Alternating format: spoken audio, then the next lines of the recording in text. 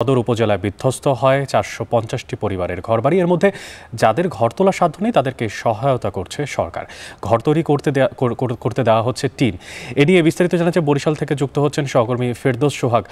সোহাগ, আপনার কাছে চলে যাচ্ছি এবং জানাবেন যে কি পরিমাণ সেখানকার মানুষদেরকে আসলে সহায়তা দেওয়া হচ্ছে এবং তাদের মধ্যে জনমানুষের মধ্যে স্বস্তি ফিরেছে কিনা, কি দেখছেন সেখানে?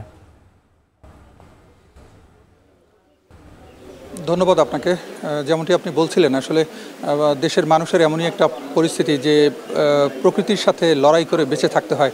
যেমন এখন দেশের একটা প্রান্তে চলছে বন্যা, সেরকমেরই কিন্তু বরিশাল অঞ্চল তথা উপকূলীয় অঞ্চলের মানুষকে কিন্তু ঘূর্ণিঝড়ের সাথে মোকাবেলা করতে বেঁচে থাকতে হয় এবং মোকাবেলা করে যে বেঁচে যারা থাকেন তাদের কিন্তু অনেকটাই কষ্টে সময় কাটে।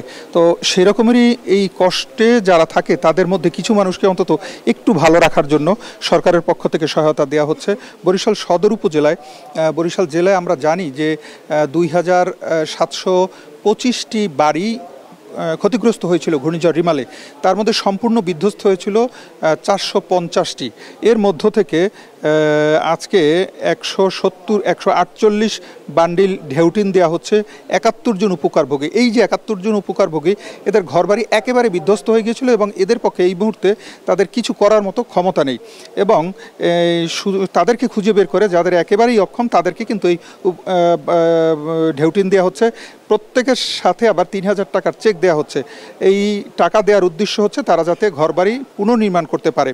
তো আমরা কথা বলেছিলাম যারা এই উপকারভুক্ত বা উপকারভোগী, এদের মধ্যে থেকে রয়েছেন বরিশাল নগরীর একেবারে বেশ কয়েকটি ইউনিয়নের, বরিশাল নগরীর যে সিটি কর্পোরেশন তার মধ্যেও যেমন রয়েছে, আবার সদর উপজেলার বিভিন্ন মানুষ রয়েছে।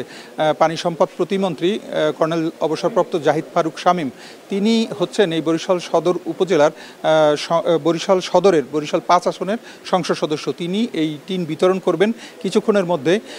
আমরা খবর পেয়েছি যে অল্প সময়ের মধ্যে তিনি এখানে এসে উপস্থিত হবেন।